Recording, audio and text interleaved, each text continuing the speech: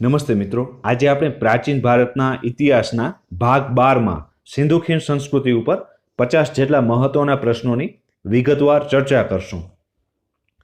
પહેલો પ્રશ્ન છે, સિંધુ સંસ્કૃતિના સ્થળોને નકશામાં જોડીએ તો નીચેનામાંથી કયો આકાર બને છે? તો સિંધુ ખીણ સંસ્કૃતિના બધા સ્થળોને નકશામાં એકબીજા સાથે જોડીએ તો તેનો આકાર ત્રિકોણ બને છે. આથી જવાબ આવશે એ, ત્રિકોણ.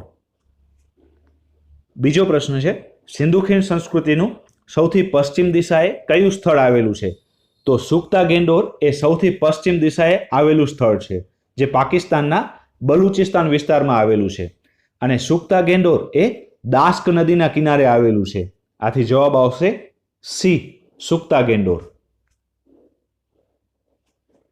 ક્ષેત્રફળની દ્રષ્ટિએ જોઈએ તો સિંધુ ખીણની સંસ્કૃતિ એ વિશ્વની સૌથી મોટી સભ્યતા છે. સિંધુ સભ્યતા અંદાજિત 12,99,600 ચોરસ કિલોમીટર એટલે કે લગભગ 13 લાખ ચોરસ કિલોમીટરનો ક્ષેત્રફળ ધરાવે છે. આ સભ્યતાનું સૌથી ઉત્તરનું સ્થળ માંડા છે, જે જમ્મુ કાશ્મીરમાં આવેલું છે. અને માંડા એ ચિનાબ નદી પાસે આવેલું છે. જ્યારે સૌથી દક્ષિણનો છેડો દૈમાબાદ છે, જે મહારાષ્ટ્રના અહમદનગર જિલ્લામાં આવેલું છે. દૈમાબાદ એ પ્રવરા નદીના કિનારે આવેલું છે. સિંધુ ખીણ સંસ્કૃતિનો સૌથી પૂર્વનો છેડો આલમગીરપુર છે, જે ઉત્તર પ્રદેશ રાજ્યમાં આવેલું છે. અને આલમગીરપુર એ હિન્ડન નદીના કિનારે આવેલું છે. જ્યારે સૌથી પશ્ચિમનું સ્થળ એ સુક્તા ગેન્ડોર છે. અને સુક્તા ગેન્ડોર એ પાકિસ્તાનના બલુચિસ્તાન વિસ્તારમાં આવેલું છે. સુક્તા ગેન્ડોર એ દાસ્ક નદીના કિનારે આવેલું સિંધુ ખીણ સંસ્કૃતિનું પુરાતત્વીય સ્થળ છે. ત્રીજો પ્રશ્ન છે, ક્ષેત્રફળની દ્રષ્ટિએ પ્રાચીન સંસ્કૃતિ ધરાવનાર દેશોમાં સૌથી વધુ વિસ્તાર ધરાવતી સંસ્કૃતિ કઈ છે? તો હડપ્પીય સંસ્કૃતિ એ સૌથી વધુ વિસ્તાર ધરાવતી સંસ્કૃતિ છે. આથી જવાબ આવશે બી, હડપ્પીય સંસ્કૃતિ. ચોથો પ્રશ્ન છે, નીચેનામાંથી કયા સમયગાળાને હડપ્પીય સંસ્કૃતિના સમયગાળા તરીકે ઓળખવામાં આવે છે? તો ઈસવીસન પૂર્વે 2500 થી ઈસવીસન પૂર્વે 1500 સુધીના સમયગાળાને હડપ્પીય સંસ્કૃતિના સમયગાળા તરીકે ઓળખવામાં આવે છે. આથી જવાબ આવશે બી, ઈસવીસન પૂર્વે 2500 થી ઈસવીસન પૂર્વે 1500. પાંચમો પ્રશ્ન છે, પંજાબના કયા જિલ્લામાં ખોદકામ કરતા હડપ્પાના અવશેષો મળી આવ્યા હતા? તો હડપ્પાના અવશેષો ઈસવીસન 1921માં પાકિસ્તાનના પંજાબના મોન્ટગોમરી જિલ્લામાંથી મળી આવ્યા હતા. આથી જવાબ આવશે એ, મોન્ટગોમરી. છઠ્ઠો પ્રશ્ન છે, હડપ્પાકાલીન સંસ્કૃતિમાં નીચેનામાંથી કયો ઉદ્યોગ વ્યવસાય થતો ન હતો? તો સિક્કાઓ તૈયાર કરવાનો ઉદ્યોગ વ્યવસાય એ હડપ્પીય સંસ્કૃતિમાં થતો ન હતો. જ્યારે હોડીઓ બનાવવી, માટીના વાસણો બનાવવા અને રંગ બનાવટનું કામ, આ બધા ઉદ્યોગ વ્યવસાય એ સિંધુ ખીણ સંસ્કૃતિમાં થતા હતા. આથી જવાબ આવશે સી, સિક્કાઓ તૈયાર કરવા. સાતમો પ્રશ્ન છે, હડપ્પા અને મોહેન્જોદડોના ખોદકામ વખતે ભારતીય પુરાતત્વ ખાતાના અધિકારી કોણ હતા? તો હડપ્પા અને મોહેન્જોદડો આ બંને સ્થળનું ખોદકામ 1921-22 દરમિયાન થયું હતું. અને આ સમય દરમિયાન ભારતીય પુરાતત્વ ખાતાના અધિકારી સર જોન માર્શલ હતા. આથી જવાબ આવશે સી, સર જોન માર્શલ. જેમાં હડપ્પાનું ખોદકામ 1921માં દયારામ સાહનીએ કર્યું હતું. અને મોહેન્જોદડોનું ખોદકામ 1922માં રખાલદાસ બેનર્જીએ કર્યું હતું. આઠમો પ્રશ્ન છે, હડપ્પા સંસ્કૃતિના કયા સ્થળેથી પાકની લણણી અને ખેતીવાડીના પુરાવાઓ મળી આવ્યા છે? તો પાકની લણણી અને ખેતીવાડીના પુરાવો કાલીબંગનમાંથી મળી આવ્યા છે. આથી જવાબ આવશે ડી, કાલીબંગન. અને કાલીબંગન એ રાજસ્થાનમાં આવેલું છે. નવમો પ્રશ્ન છે, ઈસવીસન 1954માં કયા પુરાતત્વવિદે લોથલની શોધ કરી હતી? તો લોથલની શોધ ઈસવીસન 1954માં S.R. રાવે કરી હતી. આથી જવાબ આવશે એ, S.R. રાવ. 10મો પ્રશ્ન છે, સિંધુ ખીણ સંસ્કૃતિમાંથી મળી આવેલ મહાન સ્નાનાગર કયા સ્થળે આવેલું છે? તો મહાન સ્નાનાગર એ મોહેન્જોદડોમાંથી મળી આવેલું છે. આથી જવાબ આવશે બી, મોહેન્જોદડો. 11મો પ્રશ્ન છે, સિંધુ ખીણ સંસ્કૃતિના લોકોને કયા પ્રાણીનો બિલકુલ ખ્યાલ ન હતો? તો આનો જવાબ છે ડી, ઘોડા. ઘોડાનો તેમને બિલકુલ પરિચય ન હતો. 12મો પ્રશ્ન છે, હડપ્પા અને મોહેંજો-દડો આ સ્થળો કઈ નદીના કિનારે આવેલા છે? તો હડપ્પા એ રાવી નદીના કિનારે આવેલું છે અને મોહેંજો-દડો એ સિંધુ નદીના કિનારે આવેલું છે. આથી જવાબ આવશે એ, રાવી અને સિંધુ. 13મો પ્રશ્ન છે, કઈ વ્યવસ્થાને આધારે સિંધુ ખીણની સંસ્કૃતિને મેસોપોટેમિયાની સંસ્કૃતિની સમકાલીન ગણવામાં આવે છે? તો નગરીય વ્યવસ્થાને આધારે આ બંને સ્થળોની સંસ્કૃતિને એકબીજાની સમકાલીન માનવામાં આવે છે. આથી જવાબ આવશે સી, નગરીય વ્યવસ્થા.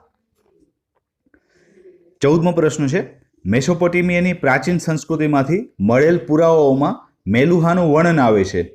નીચેનામાંથી તે કોનું પ્રાચીન નામ હતું? તો મેસોપોટેમિયાના લોકો સિંધ વિસ્તારને મેલુહા તરીકે ઓળખાવતા હતા. આથી જવાબ આવશે એ, સિંધ વિસ્તાર. 15મો પ્રશ્ન છે, સિંધુ ખીણ સંસ્કૃતિમાંથી મળી આવેલ સિક્કાઓ શેમાંથી બનેલા હતા?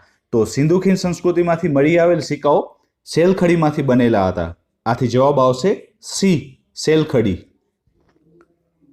16મો પ્રશ્ન છે, સિંધુ ખીણ સંસ્કૃતિમાં સૌપ્રથમ શોધાયેલ સ્થળ કયું હતું? તો હડપ્પા એ સિંધુ ખીણ સંસ્કૃતિનું સૌથી પહેલા શોધાયેલ સ્થળ હતું. આથી જવાબ આવશે સી, હડપ્પા.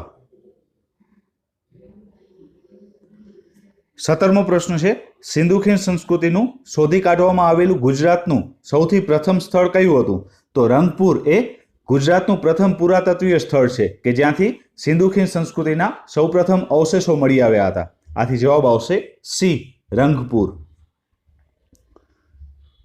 18મો પ્રશ્ન છે, સિંધુ ખીણ સંસ્કૃતિનું તાજેતરમાં શોધી કાઢવામાં આવેલું ગુજરાતનું સ્થળ કયું છે? તો ધોળાવીરા એ ગુજરાતનું તાજેતરમાં શોધી કાઢવામાં આવેલું સિંધુ ખીણ સંસ્કૃતિનું સ્થળ છે જેનું ઉત્ખનન કાર્ય 1990-91માં થયું હતું. આથી જવાબ આવશે બી, ધોળાવીરા. 19મો પ્રશ્ન છે, કયા સ્થળેથી તોલમાપના સાધનો, ડાંગરના ફોતડા અને મણકા બનાવવાના કારખાનાના અવશેષો મળી આવ્યા છે?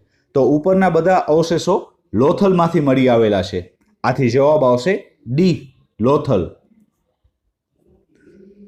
20મો પ્રશ્ન છે, સિંધુ ખીણ સંસ્કૃતિના લોકો તોલમાપ માટે મુખ્યત્વે કઈ સંખ્યા અથવા તેના ગુણોત્તરનો ઉપયોગ કરતા હતા? તો તોલમાપ માટે 16ની સંખ્યા અથવા તેના ગુણોત્તરનો ઉપયોગ કરતા હતા. આથી જવાબ આવશે બી, 16.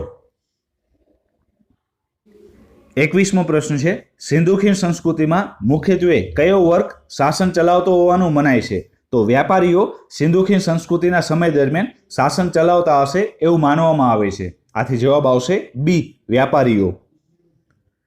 22મો પ્રશ્ન છે, સિંધુ ખીણ સંસ્કૃતિના લોકો કયા દેવતાની પૂજા કરતા હતા? તો તેઓ પશુપતિની પૂજા કરતા હતા. આથી જવાબ આવશે એ, પશુપતિ.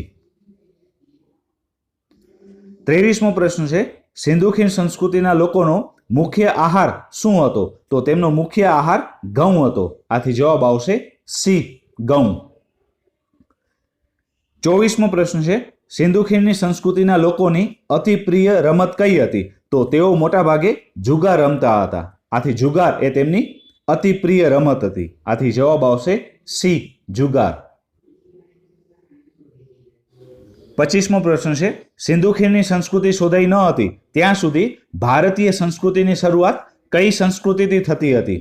તો સિંધુ ખીણની સંસ્કૃતિ શોધાઈ ન હતી ત્યાં સુધી ભારતીય સંસ્કૃતિની શરૂઆત વૈદિક સંસ્કૃતિથી થતી હતી. આથી જવાબ આવશે ડી, વૈદિક સંસ્કૃતિ. 26મો પ્રશ્ન છે, સિંધુ ખીણના લોકો કોની સર્વોપરી સત્તાનો સ્વીકાર કરતા હતા? તો તેઓ પ્રકૃતિને સર્વોપરી માનતા હતા. આથી જવાબ આવશે બી, પ્રકૃતિ. 27મો પ્રશ્ન છે, સિંધુ ખીણની સંસ્કૃતિના કયા સ્થળે સ્થાનિક વ્યાપાર માટે બળદગાડીનો ઉપયોગ થતો હતો?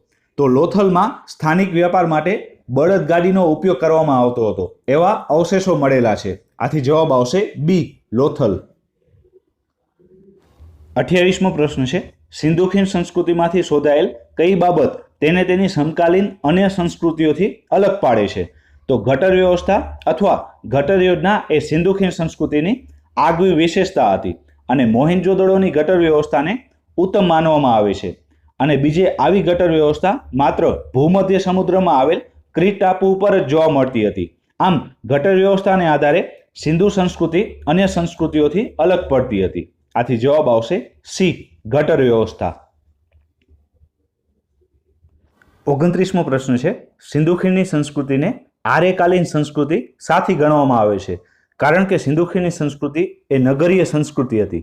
આથી આ સંસ્કૃતિને આર્યકાલીન સંસ્કૃતિ ગણવામાં આવે છે. આથી જવાબ આવશે સી. 30મો પ્રશ્ન છે, સિંધુ ખીણની સંસ્કૃતિના લોકો કઈ ધાતુના જાણકાર ન હતા? તો તેઓ લોખંડથી અપરિચિત હતા. આથી જવાબ આવશે એ, લોખંડ. 31મો પ્રશ્ન છે, નીચેનામાંથી એક કયા સ્થળેથી ખોદકામ દરમિયાન એક સિક્કો મળી આવ્યો છે જેના પર પીપળાના વૃક્ષની મધ્યમાં એક દેવતાનું ચિત્ર છે, જેનાથી એ અનુમાન કરી શકાય કે સિંધુ ખીણના લોકો વૃક્ષો અને તેમાંય ખાસ કરીને પીપળાના વૃક્ષોની પૂજા કરતા હતા. તો આના અવશેષો એ લોથલમાંથી મળી આવ્યા છે. આથી જવાબ આવશે બી, લોથલ. 32મો પ્રશ્ન છે, મોહેન્જોદડો અન્ય કયા નામથી ઓળખાય છે? તો મોહેન્જોદડોને મરેલાનો ટેકરો પણ કહેવામાં આવે છે. આથી જવાબ આવશે બી, મરેલાનો ટેકરો. 33મો પ્રશ્ન છે, હડપ્પીય સંસ્કૃતિના સમયમાં ઉપયોગમાં લેવાતા વાસણો ઉપર મોટાભાગે કયા રંગનો ઉપયોગ કરવામાં આવતો હતો? તો આનો જવાબ છે ડી, આછા પીળા રંગનો. 34મો પ્રશ્ન છે, નીચેનામાંથી કયા સ્થળેથી મળેલ માણસોના હાડકાનો ઢગલો અને કૂવાના પગથિયા પરથી મળેલ વાળના નમૂના ઉપરથી અનુમાન કરવામાં આવે છે કે સિંધુ ખીણની સંસ્કૃતિનું પતન વિદેશી આક્રમણોને કારણે થયું હશે? તો આના અવશેષો એ મોહેન્જોદડોમાંથી મળી આવ્યા હતા, જેના પરથી અનુમાન કરી શકાય કે સિંધુ ખીણની સંસ્કૃતિનું પતન વિદેશી આક્રમણોને કારણે થયું હશે. આથી જવાબ આવશે સી, મોહેન્જોદડો. 35મો પ્રશ્ન છે, સિંધુ ખીણની સંસ્કૃતિ કયા સમયગાળા દરમિયાન વિકાસની દ્રષ્ટિએ ચરમસીમા પર હતી? તો સિંધુ ખીણની સંસ્કૃતિ એ ઈસવીસન પૂર્વે 2200 થી ઈસવીસન પૂર્વે 2000 સુધીના સમયગાળા દરમિયાન વિકાસની દ્રષ્ટિએ ચરમસીમા પર હતી. આથી જવાબ આવશે સી. 36મો પ્રશ્ન છે, હડપ્પામાંથી કુલ કેટલા કબ્રસ્તાનો મળી આવેલા છે? તો હડપ્પામાંથી કુલ 6 કબ્રસ્તાનો મળી આવેલા છે. આથી જવાબ આવશે ડી, 6. નેક્સ્ટ પ્રશ્ન છે, સિંધુ ખીણની સંસ્કૃતિમાંથી મળી આવેલ નીચેના સ્થળોમાં બંદર કયા હતા? તો માલવણ, લોથલ અને સુક્તા ગેંડોર આ બધા જ બંદરો હતા. આથી જવાબ આવશે ડી, ઉપરના તમામ. 38મો પ્રશ્ન છે, સિંધુ ખીણ સંસ્કૃતિનું નીચેનામાંથી કયું સ્થળ કચ્છ જિલ્લામાં નથી? તો ધોળાવીરા, દેસલપુર અને સુરકોટડા એ કચ્છ જિલ્લામાં આવેલું છે, જ્યારે રંગપુર એ કચ્છ જિલ્લામાં નથી. આથી જવાબ આવશે ડી, રંગપુર. 39મો પ્રશ્ન છે, સિંધુ ખીણની સંસ્કૃતિની સ્ત્રીઓ શૃંગારમાં કઈ ચીજોનો ઉપયોગ કરતી હતી? તો સ્ત્રીઓ પાવડર, લિપસ્ટિક અને આંજણ આ બધી જ વસ્તુઓનો ઉપયોગ શૃંગારમાં કરતી હતી. આથી જવાબ આવશે ડી, ઉપરના તમામ. 40મો પ્રશ્ન છે, ચાન્હુ દડો વર્તમાન સમયમાં ક્યાં આવેલ છે? તો ચાન્હુ દડો એ વર્તમાનમાં પાકિસ્તાનના સિંધ વિસ્તારમાં આવેલું છે. આથી જવાબ આવશે એ, સિંધ વિસ્તાર. 41મો પ્રશ્ન છે, સિંધુ ખીણ સંસ્કૃતિના કયા સ્થળેથી નૃત્યાંગનાની કાંસ્ય મૂર્તિ મળી આવેલી છે? તો મોહેન્જોદડોમાંથી નૃત્યાંગનાની કાંસ્ય મૂર્તિ મળી આવેલી છે. આથી જવાબ આવશે ડી, મોહેન્જોદડો. 42મો પ્રશ્ન છે, સિંધુ ખીણ સંસ્કૃતિની લિપિ વિશે આપેલ વિધાનોમાંથી કયું વિધાન સાચું છે? તો 3 વિધાનો આપેલા છે, એક પછી એક જોઈએ. પહેલું વિધાન છે, તે હજુ સુધી ઉકેલી શકાય નથી. તો આ વિધાન સાચું છે. બીજું છે, તેમાં 400 જેટલા શબ્દો છે. તો આ વિધાન પણ સાચું છે. અને ત્રીજું છે, તે ચિત્રલિપિ છે. તો આ વિધાન પણ સાચું છે. આથી જવાબ આવશે ડી, ઉપરના તમામ વિધાનો સાચા છે. 43મો પ્રશ્ન છે, સિંધુ ખીણ સંસ્કૃતિના કયા સ્થળેથી શતરંજ અથવા ચેસનું બોર્ડ મળી આવેલું છે? તો શતરંજ અથવા તો ચેસનું બોર્ડ એ લોથલમાંથી મળી આવેલું છે. આથી જવાબ આવશે ડી, લોથલ. 44મો પ્રશ્ન છે, નીચેનામાંથી કયું સ્થળ અગ્નિકાંડથી નાશ પામ્યો હોવાનું મનાય છે? તો સુરકોટડા અને રોજડી આ બંને સ્થળો અગ્નિકાંડથી નાશ પામ્યા હોવાનું માનવામાં આવે છે. આથી જવાબ આવશે સી, એ અને બી બંને. 45મો પ્રશ્ન છે, સિંધુ ખીણની સંસ્કૃતિમાંથી મળી આવેલ મૂર્તિઓમાં કયા દેવદેવીની મૂર્તિઓ સૌથી વધુ મળી આવી છે? તો માતૃદેવીની મૂર્તિઓ સૌથી વધારે મળી આવી છે. આથી જવાબ આવશે ડી, માતૃદેવી.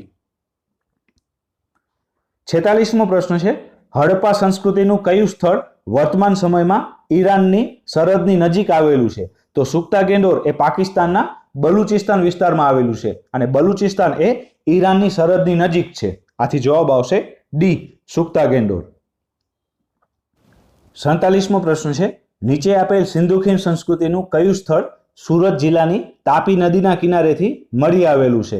તો માલવણ એ સુરત જિલ્લાની તાપી નદીના કિનારેથી મળી આવેલું છે અને માલવણ એ સિંધુ ખીણ સંસ્કૃતિના સમય દરમિયાન બંદર હતું. આથી જવાબ આવશે એ, માલવણ. 48મો પ્રશ્ન છે, સિંધુ સંસ્કૃતિના લોકો કઈ ધાતુથી અપરિચિત હતા? તો તેઓ લોખંડથી અપરિચિત હતા. આથી જવાબ આવશે સી, લોખંડ. નેક્સ્ટ પ્રશ્ન છે, હડપ્પાકાલીન સ્થળ સુરકોટડાનું ઉત્ખનન કાર્ય કોણે કર્યું હતું? તો સુરકોટડાનું ઉત્ખનન કાર્ય જગતપતિ જોશીએ કર્યું હતું. આથી જવાબ આવશે એ, જગતપતિ જોશી. 50મો પ્રશ્ન છે, ગુજરાતમાંથી મળી આવેલ સિંધુ ખીણ સંસ્કૃતિના અવશેષોમાંથી કયા સ્થળેથી સતી પ્રથાનો નમૂનો મળી આવ્યો છે? તો સતી પ્રથાનો નમૂનો એ લોથલમાંથી મળી આવ્યો છે. આથી જવાબ આવશે બી, લોથલ. થેન્ક યુ મિત્રો. મારા વિડીયોઝ તમને પસંદ આવે તો મારા વિડીયોઝને જરૂરથી લાઇક કરી અને મારા યુટ્યુબ ચેનલને સબસ્ક્રાઇબ કરજો. Thank you.